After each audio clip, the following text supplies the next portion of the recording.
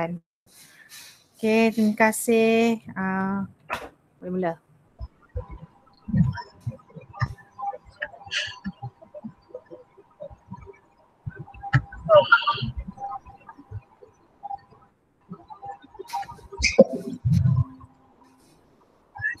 Okay, dengar tak? Dengar. Okay. Okay, so hari ni kita nak bincang pasal tajuk 6.3 Pendebungaan dan Persenyawaan. Okay. Okay. Pendebungaan ni dia terhasil daripada proses pemindahan debunga dari enter ke stigma yang proses pendebungaan ni dia dibantu oleh ejen pendebungaan iaitu serangga, mamalia, burung air dan juga angin. Okay, so let's see pendebungaan. Okay, first, nampak tak yang bulat kecil-kecil yang atas tu dalam konteks dekat gambar tu? Okay, first, debunga dalam pundi tu akan dibebaskan apabila dinding enter merekah. Kemudian, debunga akan dipindahkan ke stigma yang tengah-tengah tu. Okay, ketiga, debunga akan bercambah dan membentuk tiup debunga. Selepas itu, tiup debunga akan memanjang dan tumbuh ke arah oval. Selepas tu, nukleus penjana yang dalam debunga tu, dia akan bergerak di sepanjang tiup debunga ke oval. Dan nukleus penjana akan membahagi secara mitosis membentuk dua gamet jantan.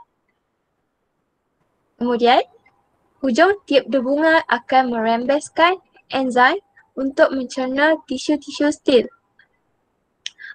Apabila tiba di pundi embrio, tiup debunga akan menembusi oval melalui micropyle yang bawah tu. Lastly, for pendebungaan ni, nukleus tiup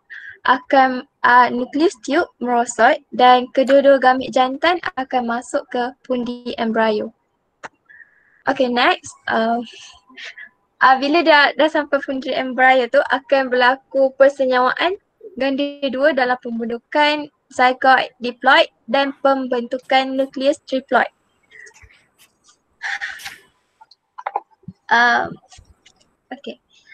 Persenyawaan ni dia melibatkan dua sel gamet jantan, iaitu gamet jantan yang pertama dia akan mensenyawakan sel telur untuk menghasilkan zygote yang diploid. Lepas tu sel gamet jantan yang kedua ni dia akan bercantum dengan nukleus kutub untuk menghasilkan tisu endosperma yang triploid. First untuk persenyawaan ni dia apabila dah sampai apabila dia dah sampai dekat micropyle tu, di pundi embrio, tiup debunga akan menembusi oval melalui micropyle. Nukleus tiup tu akan merosot dan kedua-dua gamet jantan masuk ke dalam pundi embrio. Yang kedua, satu daripada sel gamet jantan akan mensenyawakan sel telur dan menghasilkan zygote yang diploid.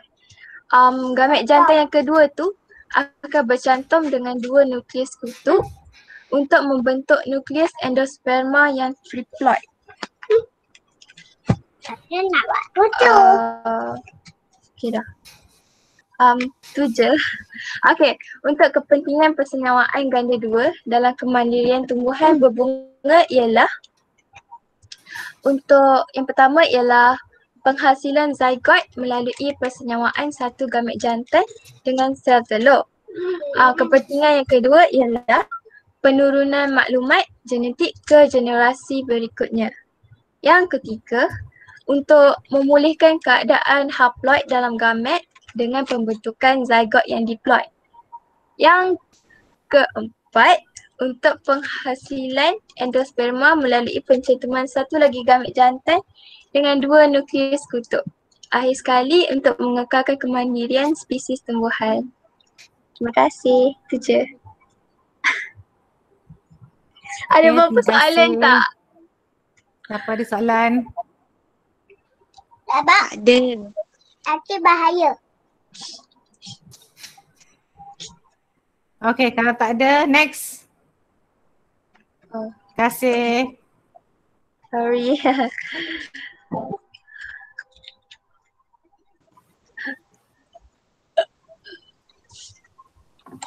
Cik, ini siapa tu?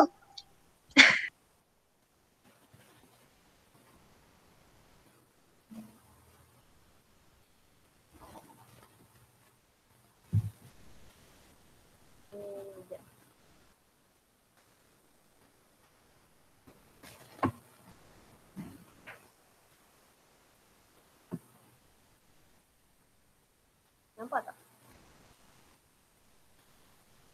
Nampak. Nampak. Assalamualaikum. Hari ini saya akan membentangkan subtopik 6.4 perkembangan biji benih dan buah. Penyawaan ganda 2 dengan perkembangan biji benih dan buah. Lepas kesenyawaan, ganda 2 berlaku. Nukleus endosperma triploid akan membagi cairan mitosis dan membentuk tisu endosperma. Tisu endosperma ini tisu penyimpan makanan yang membentuk dan membekalkan nutrien kepada embrio. Zagot pula akan membagi cairan mitosis membentuk sel besar dan sel kecil. Sel besar berkembang menjadi pegantung. Pegantung ini berfungsi sebagai penambah embrio pada kulit embrio. So yang sel kecil tadi menjadi embrio yang terdiri daripada lumen, radikel dan cotyledon. Ovum menjadi biji benih yang terkandung buah. Integumen menjadi dua lapisan kulit yang melindungi embrio. So ini adalah raja perkembangan embrio. Semasa perkembangan ovum dan biji benih, ovari menjadi buah. So pada bahagian dinding nanti, iaitu stigma nasib akan merosot dan meninggalkan pari. So dinding ovari menjadi pari karpa yang terdiri daripada lapisan ektokarpa, mesokarpa dan endokarpa. Ini perkembangan ovari menjadi buah lepas perkembangan. Yang ovari tadi telah menjadi buah dan dinding ovari menjadi perikarpa buah iaitu terdiri daripada ektokarpa, mesokarpa dan endokarpa. So yang stigma dan itu tadi merosot membentuk parul. Ovum pula menjadi biji benih dan radikel akan menjadi buah. Dan terima kasih.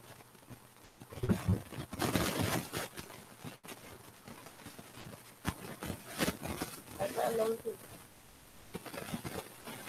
Macam tak dengar sangat. Tak ada soalan. Penuh Macam tak dengar sangat suaranya. Tapi tak apa, siapa ada soalan? Jika tak ada soalan, next. Terima kasih.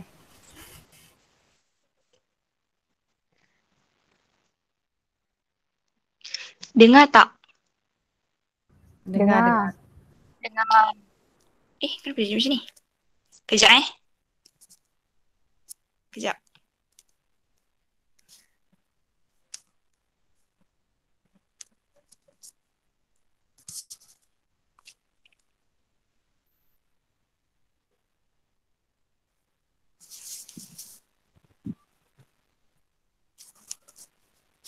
Cikgu sekejap tau, dia macam problem sikit. Okey, boleh. Kamu berapa? Berapa? 7? Nombor berapa? Saya 6.5. 6.5. Next. Bagi orang next dulu ke ataupun nak tunggu? Tunggu kejap. Kejap Okey.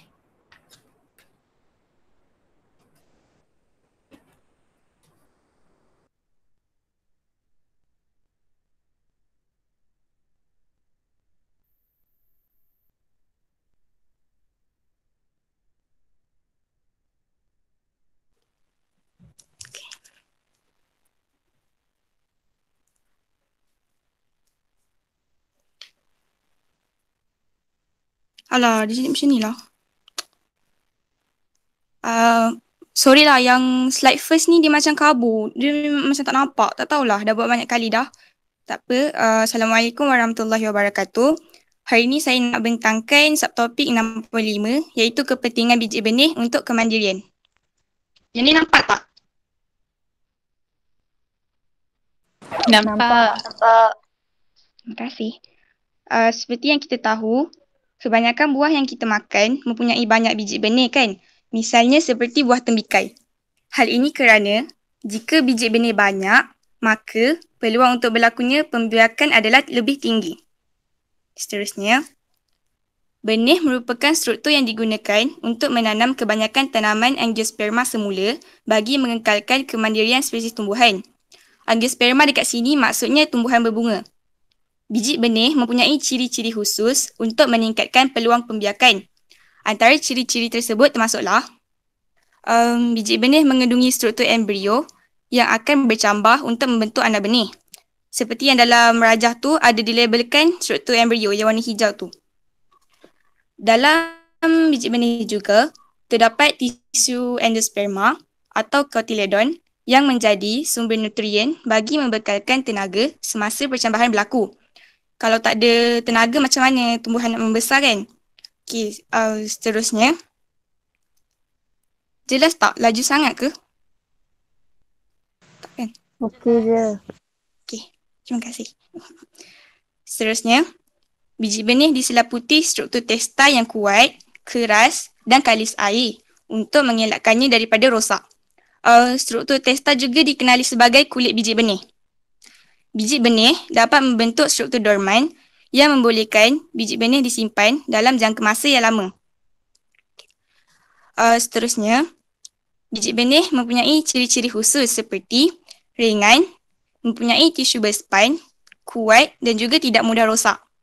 Okey, semua ciri-ciri seperti ini penting supaya biji benih mudah disebarkan ke tempat lain untuk mengelakkan persaingan. Itu saja, sekian. Terima kasih. Okay, terima kasih. Siapa ada soalan? Okay, kalau tak ada 7.1 silakan jangan lupa link kehadiran dekat chat 7.1 silakan.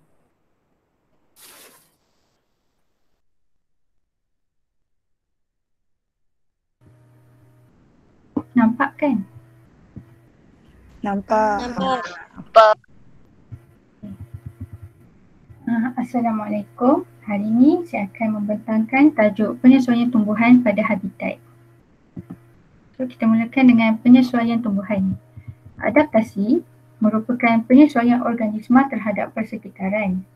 Haiwan dan tumbuhan mempunyai struktur dan bentuk yang unik untuk menyesuaikan diri dengan persekitaran bagi memastikan kemandirian spesies. Bagi tumbuhan, adaptasi dapat diperhatikan pada bentuk daun, akar dan batang bagi menyesuaikannya hidup di dalam habitatnya. So sekarang ni kita pergi pada pengelasan tumbuhan berdasarkan habitat. Untuk pengelasan, ini terbahagi pada 4 jenis. Jenis yang pertama iaitu halofit. Halofit ni merupakan tumbuhan yang hidup di habitat berpaya seperti muara sungai, tempat pertembungan air tawar dan air laut. Kawasan paya ini kaya dengan kandungan garam yang tinggi. Sebagai contoh, pokok bakau. Untuk jenis yang kedua iaitu hydrofit, iaitu tumbuhan yang hidup di habitat berair sama ada di permukaan air atau tenggelam di dalam air. Contohnya teratai dan ilodia. Untuk jenis yang ketiga iaitu mesofit, iaitu tumbuhan yang hidup di habitat yang tidak terlalu kering dan tidak terlalu berair serta di habitat dengan bekalan air yang mencukupi. Kebanyakan tumbuhan terdiri daripada tumbuhan mesofit. Contohnya pokok mangga, pokok bunga raya dan pokok getah. Dan jenis yang keempat iaitu xerophyte, iaitu tumbuhan yang hidup di habitat yang panas dan kering dengan kehadiran air yang sangat minimum, iaitu tempat yang mempunyai suhu yang sangat panas seperti di kawasan gurun. Contoh tumbuhan xerophyte adalah pokok kaktus dan pokok kurma. Seterusnya, ciri penyesuaian tumbuhan halofit.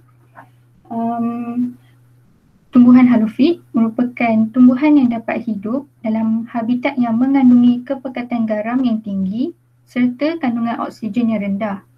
Contoh pokok yang dapat hidup di kawasan paya ialah pokok bakau. Kawasan paya bakau ini terdedah kepada keamatan cahaya yang tinggi. Seterusnya kita pergi kepada ciri penyesuaian tumbuhan halofit bagi daun. Daun berkutikel tebal serta stoma yang terbenam dapat mengurangkan kadar transpirasi. Iaitu daun sukulin yang dapat menyimpan air dan daun mempunyai struktur khas yang dikenali sebagai hydatod untuk menyingkirkan garam yang berlebihan. Daun yang tua dapat menyimpan garam dan akan gugur apabila kepekatan garam yang disimpan menjadi terlalu banyak. Seterusnya, ciri penyesuaian tumbuhan halofit bagi akar. Yang pertama, sistem akar yang bercabang luas dan wujud dalam pelbagai bentuk dan saiz. So, ini memberikan sokongan kepada tumbuhan untuk terus hidup dalam tanah yang lembut dan berlumpur dan mengelakkan tumbuhan daripada tumbang akibat tiupan angin kuat. Ciri seterusnya, sistem akar pokok bakau juga menghasilkan ratusan akar pernafasan yang tumbuh tegak di atas permukaan tanah yang disebut pneumatophore. Pada akar ini, terdapat banyak liang lentisa untuk membenarkan pertukaran gas dengan atmosfera. Dan subsel akar pokok bakau mempunyai kandungan garam yang lebih tinggi daripada air laut. Oleh itu, sel akar tidak kehilangan air melalui osmosis. Sebaliknya, pokok bakau memperoleh air dan garam mineral melalui air laut yang memasuki akar. Seterusnya, ciri penyesuaian tumbuhan hidrofit. Tumbuhan hidrofit merujuk kepada tumbuhan yang dapat beradaptasi dengan habitatnya yang berair sama ada terapung atau tenggelam di dalam air. Kebanyakan tumbuhan hidrofit mempunyai akar serabut halus yang menyediakan luas permukaan yang besar dan memerangkap gelembung udara untuk menjadikan tumbuhan ini lebih stabil dan ringan. Ciri ini juga membolehkan tumbuhan hidrofit terapung atau tegak di dalam air di samping daya apungan yang dihasilkan oleh air di sekelilingnya. Untuk tumbuhan terapung seperti pokok teratai, pokok teratai ni dia tumbuh terapung di permukaan air dengan akar yang tidak mencecah dasar kolam. Daunnya yang lebar, nipis dan rata membantu dalam penyerapan cahaya matahari yang maksimum untuk proses fotosintesis. Stoma bertaburan kebanyakannya pada epidermis atas daun. Epidermis atas daun juga dilitupi kutikel berlilin yang kalis air untuk memastikan stoma sentiasa terbuka. Dan batang tumbuhan ini terdiri daripada tisu yang ringan dengan banyak ruang udara di antara sel yang dikenali sebagai tisu erenkima. Untuk tumbuhan tenggelam seperti Elodea, tumbuhan ini tumbuh di dalam air sepenuhnya. Tumbuhan ini mempunyai daun yang nipis dan kecil untuk meningkatkan jumlah luas permukaan perisi padu dan meningkatkan kadar resapan air, garam mineral dan gas terlarut secara terus ke dalam tumbuhan melalui epidermis. Tumbuhan ini tidak mempunyai stoma dan kutikel berlilin pada daunnya. Batangnya yang kecil membantu tumbuhan ini tegak terapung di dalam air serta mengurangkan rintangan aliran air. Seterusnya, ciri penyesuaian tumbuhan xerophyte. Untuk tumbuhan xerophyte ni, dia hidup di gurun iaitu kawasan yang menerima taburan hujan yang sangat sedikit. Tetapi, tumbuhan ini mampu mengatasi masalah kekeringan yang melampau. Kebolehan beradaptasi ini akan menentukan kemajuan tumbuhan tersebut. Tumbuhan seperti kaktus merupakan contoh bagi tumbuhan xerophyte. Akar tumbuhan xerophyte tumbuh secara meluas serta dapat menembusi jauh ke dalam tanah untuk menyerap air dan garam mineral. Air yang diserap di dalam akar, batang dan daun. Air yang diserap ni akan disimpan di dalam akar, batang dan daun. Selain itu, batang kaktus menjalankan proses fotosintesis. Kaktus mempunyai daun yang kecil dan kutikel tebal berlilin di batang serta di daun. Terdapat juga daun yang diubah suai menjadi duri. Ciri ini dapat mengurangkan jumlah luas permukaan yang terdedah kepada matahari sekaligus mengurangkan kehilangan air. Kehadiran duri juga dapat membantu kaktus mendapatkan bekalan air dengan mengumpulkan embun. Embun yang terkumpul akan menitis ke atas tanah supaya dapat diserap oleh akar. Duri pada kaktus ini juga dapat menghalangnya daripada dimakan oleh haiwan. Dan yang terakhir, stoma pokok kaktus terbenam untuk mengurangkan penjejatan air daripada daun. Itu sahaja. Terima kasih. Ada soalan? Terima kasih. Ada siapa-siapa ada soalan? Hari ni semua faham bagus. Okey, 8.1.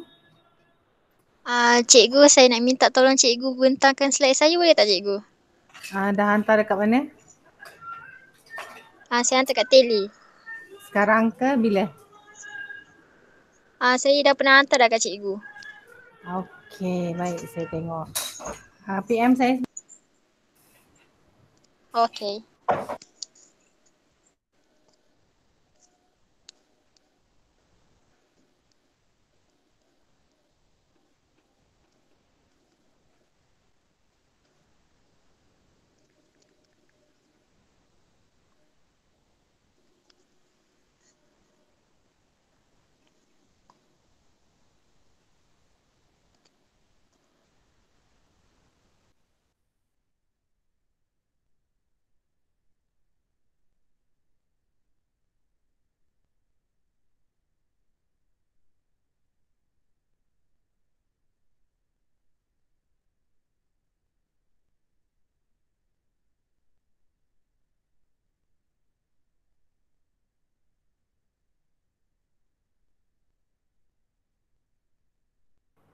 Okey, boleh mula.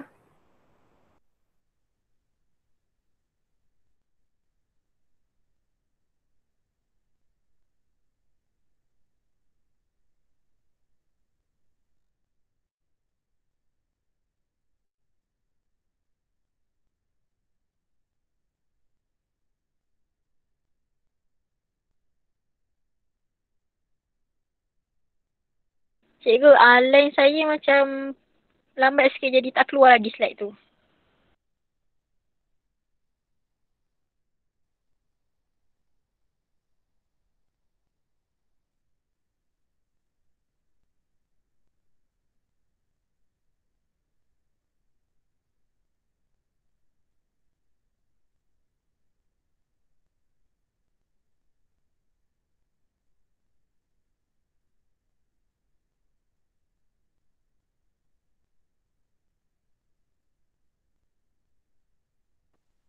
Okey, yang lain nampak tak tadi?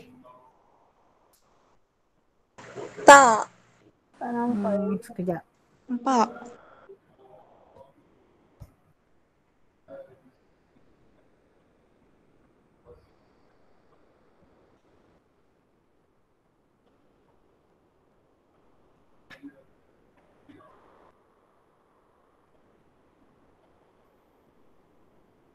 Okey, nampak? Nampak ke? Nampak dah. Nampak. Nampak cikgu? Okey. Nampak.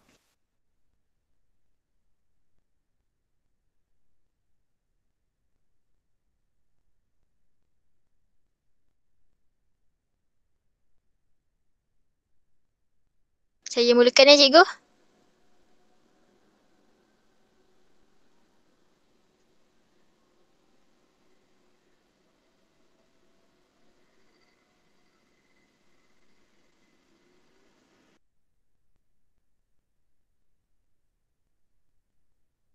Okey, boleh mula.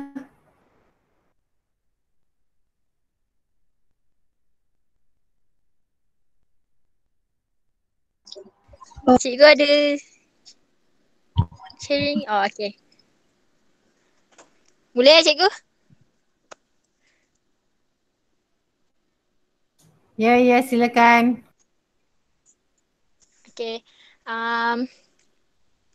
Saya akan membentangkan bab 8 biodiversity 8.1 iaitu sistem pengelasan dan penamaan organisma.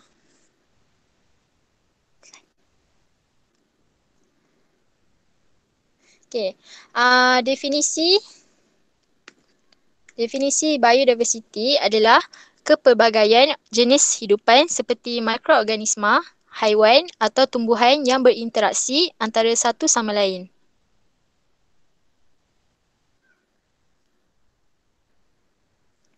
Baik, bidang biologi yang terlibat adalah taksonomi, iaitu merupakan salah satu bidang biologi yang melibatkan pengelasan, pengecaman dan penamaan organisma mengikut satu sistem yang teratur.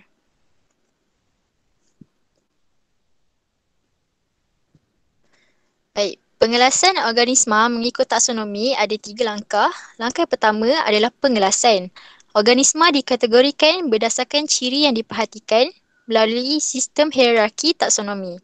Langkah yang kedua, pengecaman, iaitu organisma dikenal pasti menggunakan kekunci dikotomi. Dan langkah yang terakhir adalah penamaan. Organisma dinamakan mengikut sistem tata nama binomial.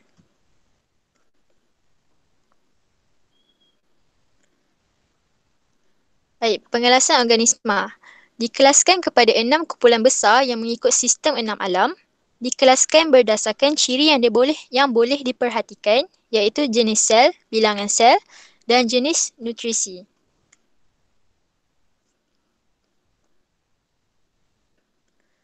Baik, kelas yang pertama, sebenarnya itu ada C sebelah R tu dia Archaebacteria. Okey, ciri Archaebacteria yang pertama adalah prokariot. Baik, prokariot ni adalah sejenis sel yang tidak mempunyai nukleus yang terbungkus dalam membran dan organel yang bermembran. Okey, ciri yang kedua, organisma unisel, maksudnya adalah terdiri daripada satu sel. Dan ciri yang ketiga, autotrof atau heterotrof. Baik, autotrof ni adalah suatu organisma yang boleh mensintesiskan makanan sendiri daripada bahan mentah tak organik dengan menggunakan tenaga cahaya atau tenaga kimia. Manakala heterotrof adalah suatu organisma yang tidak mensintesiskan makanan sendiri tetapi memperoleh makanan daripada organisma lain. Okey, kelas yang kedua, Eubacteria. Contohnya adalah, cirinya adalah prokariot, juga organisma unisel dan autotrof atau heterotrof. Contohnya adalah Salmonella sp. Okey, kelas yang ketiga, Protista.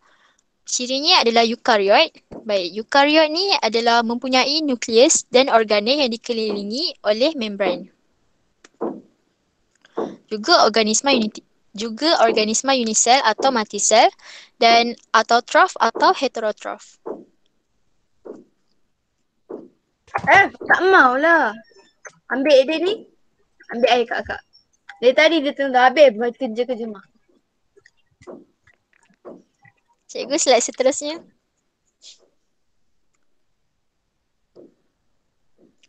Okey, kelas yang keempat, fungi, iaitu cirinya adalah eukariot, organisma unisel atau multisel dan heterotrof. Contohnya adalah Mycena hematopus.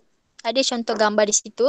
Dan kelas yang kelima, plantae, cirinya adalah eukariot, organisma multisel dan autotrof. Contohnya adalah Coleus blume. Dan kelas yang terakhir adalah animalia. Okay, cirinya adalah eukariot, organisma unisel atau multisel dan heterotrof. Baik, ciri utama dalam setiap alam.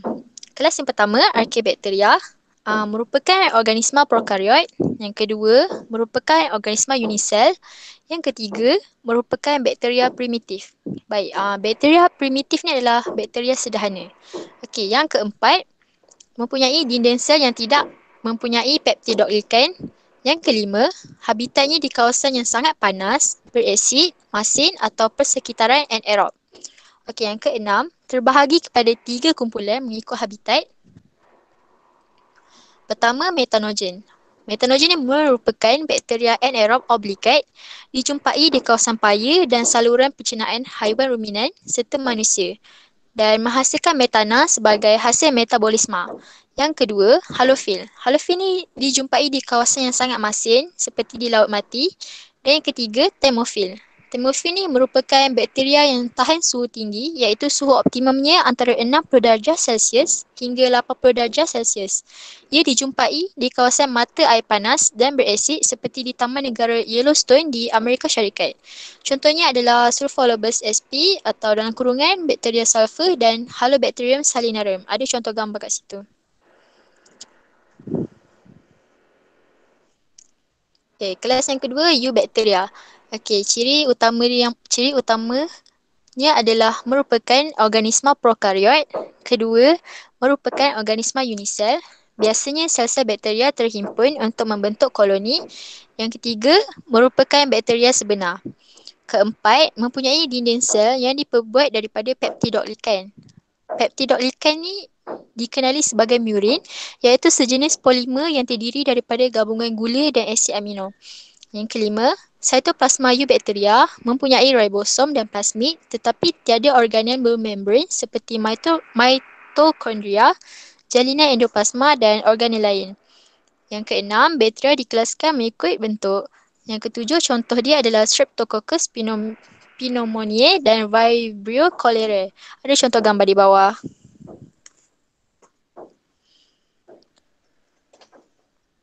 Okey, kelas yang ketiga, protista. Pertama, merupakan organisma eukariot. Kedua, merupakan organisma unisel dan multisel. Yang ketiga, heterotrof, autotrof atau kedua-duanya. Yang keempat, mempunyai organisasi sel yang ringkas tanpa kehadiran tisu khusus. Yang kelima, selnya mempunyai nukleus yang dikelilingi oleh membran. Dan yang keenam, protista dibahagikan kepada 3 kumpulan iaitu protozoa, alga dan kulaput lendir. Contoh protozoa, Euglena sp, Amoeba sp dan Paramecium. Contoh bagi alga, Chlamydomonas sp dan Spirogyra sp. Dan contoh bagi kulaput lendir, Physarum polycephalum. Ada contoh gambar di bawah.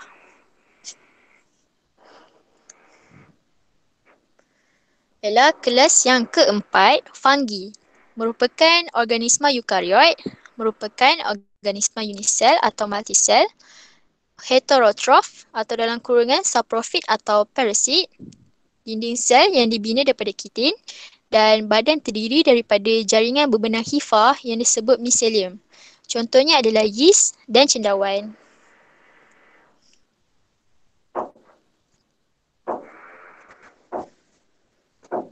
Okey, kelas yang kelima, plantae. Merupakan organisma eukariot, melibatkan semua jenis tumbuhan multisel, dapat mensintesis makanan sendiri melalui fotosintesis atau dalam kurungan fotoautotrof kerana mempunyai klorofil. Yang keempat, menjalankan pembiakan secara aseks atau seks. Contohnya, tumbuhan tanpa biji benih dalam kurungan paku pakis dan tumbuhan berbiji benih dalam kurungan semua tumbuhan berbunga. Contohnya adalah Bougainvillea sp. Okey, kelas yang terakhir adalah animalia. Merupakan organisma eukariot, terdiri daripada semua haiwan multisel, heterotrof, kebanyakan haiwan boleh bergerak, kebanyakan haiwan membiak secara seks. Contohnya invertebrata, tapak Sulaiman dan vertebrata gajah.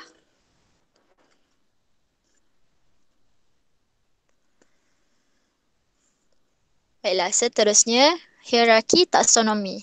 Sistem hierarki yang digunakan dalam taksonomi ialah sistem hierarki Linnaeus. Peringkat hierarki mengikut urutan adalah domain, alam, filem, kelas, order, family, genus dan spesies.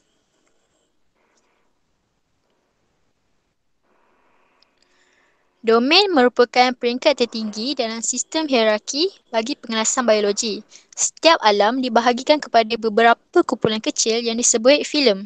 Organisma dalam filem yang sama mempunyai ciri sepunya yang tertentu. Organisma dalam sesuatu filem adalah berbeza daripada organisma dalam filem yang lain. Filem dibahagi lagi kepada kelas. Kelas dibahagi lagi kepada order. Dengan cara yang serupa, order dibahagi kepada family. Kemudian, family dibahagi kepada genus dan akhirnya genus dibahagi kepada spesies. Spesies merupakan kumpulan yang terkecil dalam pengelasan organisma. Organisma dalam spesies yang sama dapat saling membiak dan menghasilkan keturunan yang subur.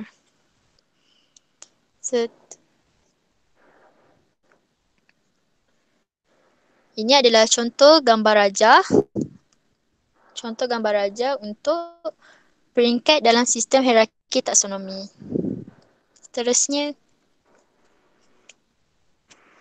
sistem tata nama binomial. Setiap nama saintifik terdiri daripada dua perkataan. Perkataan pertama ialah nama genus dan perkataan kedua ialah nama spesies. Nama genus bermula dengan huruf besar manakala nama spesies bermula dengan huruf kecil. Nama saintifik dicetak dalam bentuk huruf italik. Jika ditulis, kedua-dua nama mesti digaris secara berasingan.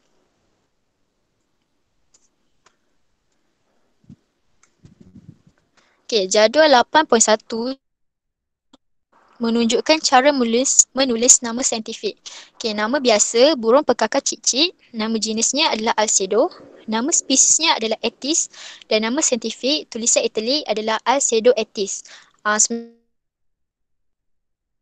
Sebenarnya garisan tu tak boleh nak dijarakkan. Sebenarnya garisan tu dia berasingan dan nama saintifik cetakannya adalah Alcedo Atis.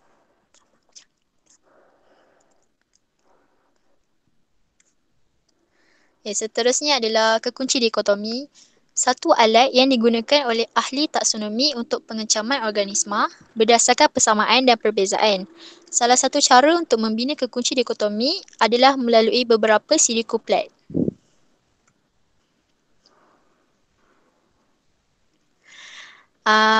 Untuk gambar rajah ni saya berapa kurang jelas nak terangkan. Saya minta bantuan cikgu tolong terangkan untuk kekunci dikotomi ni.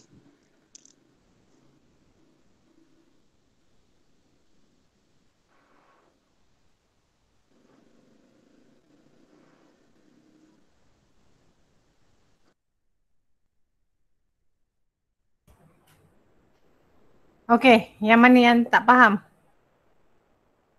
Yang gambar rajah untuk kekunci dikotomi tu cikgu. Kunci dikotomi tu adalah untuk dikelaskan masuk ke dalam alam masing-masing. Kita ada berapa alam semuanya? 6. Okey, 6 iaitu bakteria, eubacteria, protista, fungi, plantae dengan animalia. Okey, kemudian dia masukkan dalam kekunci dikotomi ni untuk kita tengok sama ada dia dalam kumpulan yang sama ataupun tidak. Okey, kemudian kita tengok macam contohnya yang gambar yang ini. Nampak ke?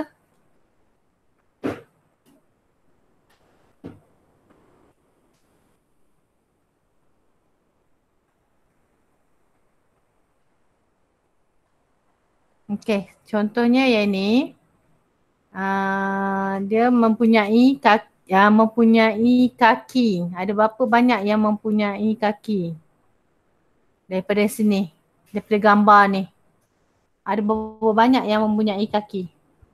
Siapa yang ada kaki? Laba-laba dengan semut. So yang mempunyai kaki adalah 2. Yang tidak mempunyai kaki daripada gambar ni ada 1, 2, 3, 4. Lepas tu dia mempunyai kaki tu mempunyai kaki tu bukan 2. Mempunyai kaki tu 2 maksudnya dia pergi kepada nombor 2. Nombor 2 pula dia pecahkan kepada 2 bahagian iaitu yang ada 3 pasang kaki. So 3 pasang kaki laba-laba. Okey, kemudian mempunyai lebih daripada 3 pasang kaki. Ini laba-laba, mempunyai 3 pasang kaki, lepas tu pergi kepada nombor 3 pula. Nombor 3 tu mempunyai sayap, rama-rama, tidak mempunyai sayap, semut. Ni nombor ni mewakili nombor yang kat sini. Okey, itu adalah kekunci dikotomi daripada 1, 2, 3, 4, 5 gambar. Kita cari, kita kelaskan dia. Yang pertama ada kaki ataupun tak ada kaki. Daripada yang ada kaki dia pergi kepada 2, perkara yang kedua pula. Okey, mempunyai 3 pasang kaki. 3 pasang kaki dia ada persamaan dengan yang kat sini, iaitu mempunyai sayap dan tidak mempunyai sayap. Dan lebih daripada 3 pasang kaki, terus saja tulis namanya labah-labah. Okay, lepas tu kemudian nombor 3 mempunyai sayap, terus saja tulis rama-rama. Kemudian nombor 3B tidak mempunyai sayap, semut. Nombor 4 mempunyai cangkerang, siput. Ni kita ada daripada ni, 1B tidak mempunyai kaki. Dia terus pergi kepada nombor 4. Ada cangkerang ataupun tidak ada cangkerang. Kalau ada cangkerang, siput lah. Tidak ada cangkerang, tapak Sulaiman. Okay, boleh faham? Itu adalah kekunci dikotomi. Kalau kamu tengok pada buku teks kamu, muka surat 152, kekunci dikotomi ni bolehlah nampak dengan lebih jelas dengan cara kita buat gambar rajah pokok. Okey? Macam contohnya dekat muka surat 152, organisma haiwan dengan tumbuhan. Ada. Okey, kemudian haiwan pula terbahagi kepada 2, ada kaki, tak ada kaki. Lepas tu tak ada kaki pula, ada 2 perkara, iaitu 3 pasang kaki, lebih daripada 3 pasang kaki. Kemudian dia bagi tahulah contoh-contoh dia. Okey, boleh nampak jelas? Boleh Jelas, nampak? Boleh, jelas. Teruskan yang lain. Ada lagi? Teruskan, ada lagi?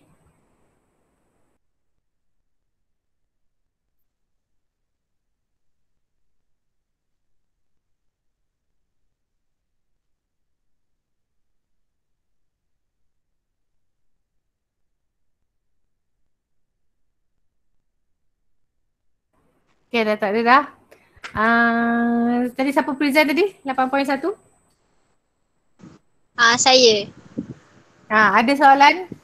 Siapa ada soalan? Siapa ada soalan? Okay, kalau tak ada. Tak ada. Kalau tak ada, kita pergi kepada last kali 8.2. Sebelum tu is ada, is dia. Is dia, Izati. Okay, kamu buat hari tu nombor berapa?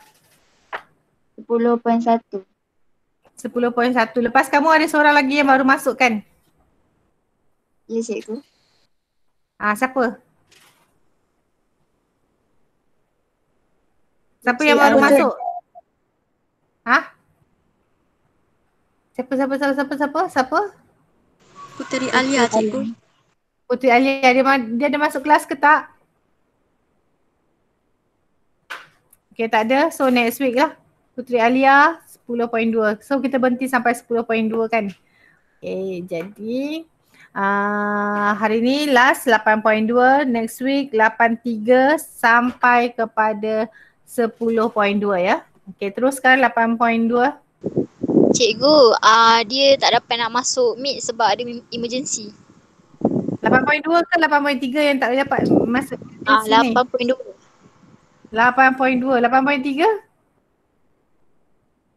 8.3 ada? Cikgu, saya 8.2. 8.2. Okey, Haziq.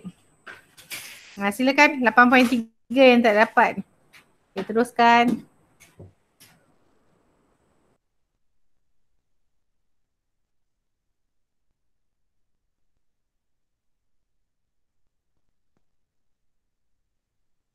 Nampak tak? Nampak? Okey, hai. So, saya akan bentangkan subtopik 8.2 tentang biodiversity. Untuk konsep biodiversity dibahagikan kepada 3 jenis, iaitu diversity genetik, diversity species and diversity ekosistem. Untuk diversity genetik merujuk kepada variasi.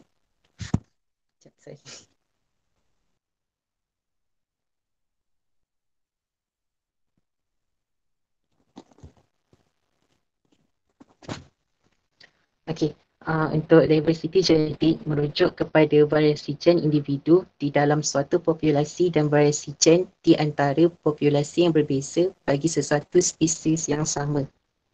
Perbezaan dalam gen adalah disebabkan pemencilan, dan penyesuaian individu terhadap persekitaran yang berbeza. Tiada dua individu yang serupa dalam spesies yang sama. Contohnya, kombinasi gen-gen yang berlainan ini memberikan variasi genetik dalam tanaman seperti pokok padi. Terdapat banyak variasi beras di seluruh dunia pada masa ini. Diversity spesies merujuk kepada variasi dan kepelbagaian organisma di muka bumi.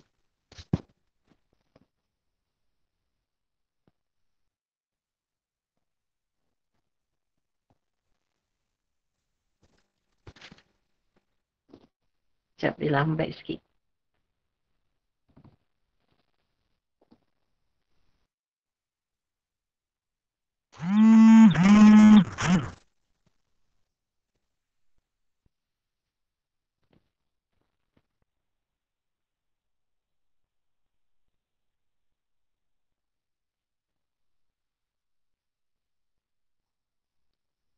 Slide ni ada gerak tak? Dekat diversity species. Macam tak. Dia dekat diversity genetik Ha.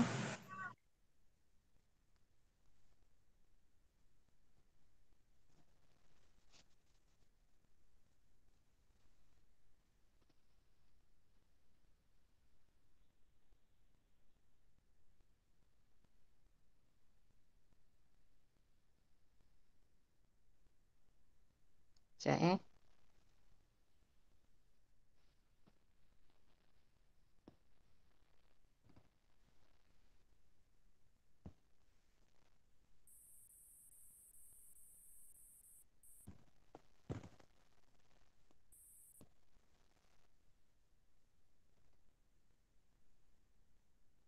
Okey, nampak tak?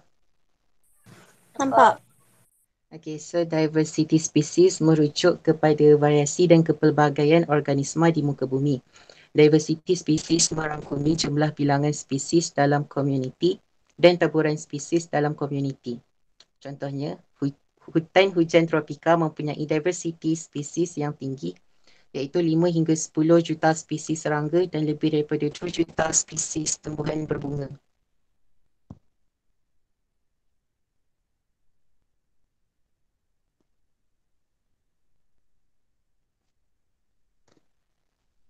Next, diversity ekosistem merujuk kepada pelbagai habitat, komuniti biosis dan proses ekologi dalam ekosistem di persekitaran daratan, lautan dan di persekitaran akuatik yang lain. Contoh ekosistem yang kaya dengan biodiversiti ialah ekosistem laut, padang pasir dan paya bakau. Pokok filogeni. Filogeni bermaksud sejarah evolusi suatu spesies atau sekumpulan spesies organisma.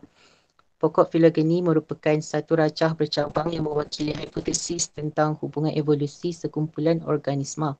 Pengelasan filogeni merupakan satu sistem pengelasan yang menunjukkan hubungan evolusi, juga mencerminkan sejarah evolusi bagi organisma yang dikaji dan kini diguna pakai dalam kebanyakan sistem pengelasan moden. Pengelasan filogeni dibuat berdasarkan struktur homolog, iaitu struktur anggota badan atau anatomi yang serupa dalam pelbagai organisma yang mempunyai leluhur yang sama. Struktur yang dibandingkan pada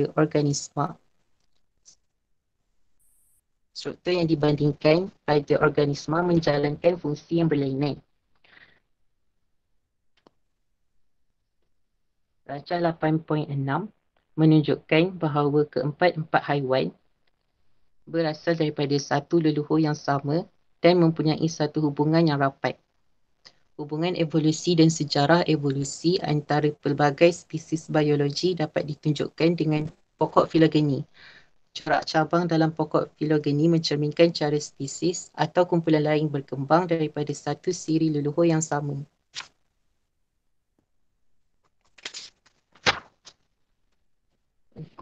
Untuk tumbuhan darat berevolusi daripada alga hijau. Tumbuhan darat pertama bermula daripada tumbuhan yang tidak mempunyai tisu vaskular seperti lumut. Kemudian diikuti oleh tumbuhan vaskular tanpa biji penis seperti pokok paku pakis. Seterusnya berkembang kepada tumbuhan vaskular dengan biji penis iaitu gymnosperma seperti pokok konifer dan angiosperma yang merupakan tumbuhan berbunga. Angiosperma ialah tumbuhan yang paling berjaya kerana mempunyai biji benih yang dilindungi di dalam buah untuk mengekalkan kemandiriannya. Rajah 8.7 menunjukkan pokok phylogeny tumbuhan darat. Yang terakhir adalah kepentingan biodiversiti terhadap alam sekitar dan manusia. Kepentingan biodiversiti dapat memelihara keseimbangan alam, dijadikan sebagai tempat rekreasi dan digunakan dalam penyelidikan saintifik. Oleh itu, setiap individu, organisasi dan kerajaan haruslah memainkan peranan masing-masing untuk memelihara serta memelihara biodiversiti. Itu je. Sekian kasih. Ada apa-apa soalan?